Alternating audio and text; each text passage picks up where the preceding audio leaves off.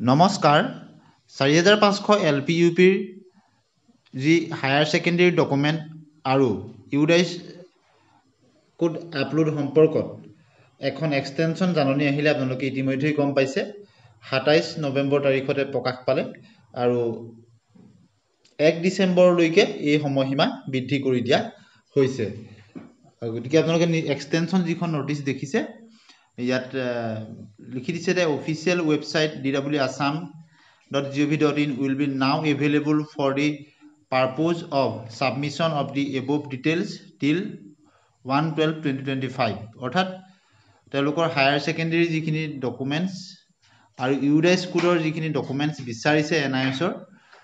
সেইখিনিৰ কাৰণে 1 ডিসেম্বৰলৈকে বৰ্ধিত সময়সীমা কৰি দিয়া হৈছে আৰু এই সময়ৰ ভিতৰত যদি কোনোবাই তেওঁলোকে আপলোড নকৰে তেনেহলে তেওঁলোকৰ ক্ষেত্ৰত তেওঁলোকৰ failure to submit the details submission of wrong UDAIS within the stipulated period will be lead to cancellation of the candidature তেওঁলোকৰ candidature পৰ্যন্ত cancel হ'ব পাৰে আৰু no offline email petition in this regard will be entertained গতিকে নহব আৰু বহুতৰ এই ক্ষেত্ৰত অসুবিধা হৈছে গতিকে আপলোড কৰাত তেওঁলোকে বহুতে কমেন্ট লিখিছিলে তাত এটা হেল্পলাইন নাম্বাৰ দি দিছে আপোনালোকে দেখিছে এই হেল্পলাইন নাম্বাৰ আপোনালোকে কল কৰিব পাৰিব নহলে মেইল কৰিব পাৰিব ইয়াত ৰেড কৰি থোৱা আছে অফিচিয়েল ওয়েবসাইটৰ পৰা আপোনালোকক দিছো যেটো ইয়াত আপোনালোকে হয় মেইল কৰিব পাৰিব যিবিলাকৰ কুৱেৰিজ আহিছে তেওঁলোকে আপলোড কৰিব পৰা নাই তেওঁলোকে অফিচিয়েল টাইমত ফোন কৰিবও পাৰিব এইটো নাম্বাৰ গতিকে আপোনালোকে যিকোনো এটাতে উত্তৰটো নিশ্চয় পাব আৰু নিৰ্দিষ্ট সময়সীমাৰ ভিতৰতে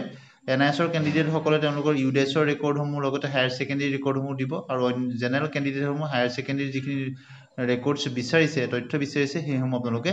নিৰ্দিষ্ট সময়ৰ পূৰ্বে আপলোড কৰিব বুলি আমি আশা ৰাখিছো গতিকে বহুতৰে কমেন্ট সেকশনত লিখিছে গতিকে এই নাম্বাৰত কল কৰিব দ্বিতীয়টো খবৰটো আহিছো যে ৰাজ্যত স্নাতকোত্তৰ শিক্ষক পদলৈ উন্নীত হ'ব স্নাতক শিক্ষক ইয়াৰ বাবে চাকৰি সেৱা বিধিৰ জৰিয়তে পদক্ষেপ গ্ৰহণ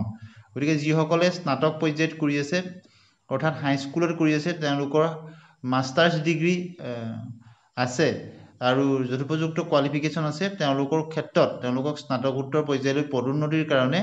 চাকৰি সেৱা বিধিৰ জৰিয়তে সংশোধন কৰি নতুন ৰুলছ আনি তেওঁলোকে এই ব্যৱস্থা কৰিব আৰু হায়াৰ সেকেন্ডাৰীলৈ উন্নীতকৰণ হ'ব আৰু ৰাজ্যৰ 406 খন উচ্চ মাধ্যমিক বিদ্যালয় হায়াৰ সেকেন্ডাৰীলৈ উন্নীতকৰণ কৰিব আৰু এই ভাল খবৰটো দিছে শিক্ষামন্ত্ৰী ৰনোজ পেগু ডাঙৰীয়া গতিকে আজিৰ এই ভিডিঅ'ত মূলত এই এক্সটেনশন নোটিছখন আৰু যিসকলৰ তেওঁলোকৰ অসুবিধা হৈছে তেওঁলোকৰ ক্ষেত্ৰত এই হেল্পলাইন নাম্বাৰ সম্পৰ্কত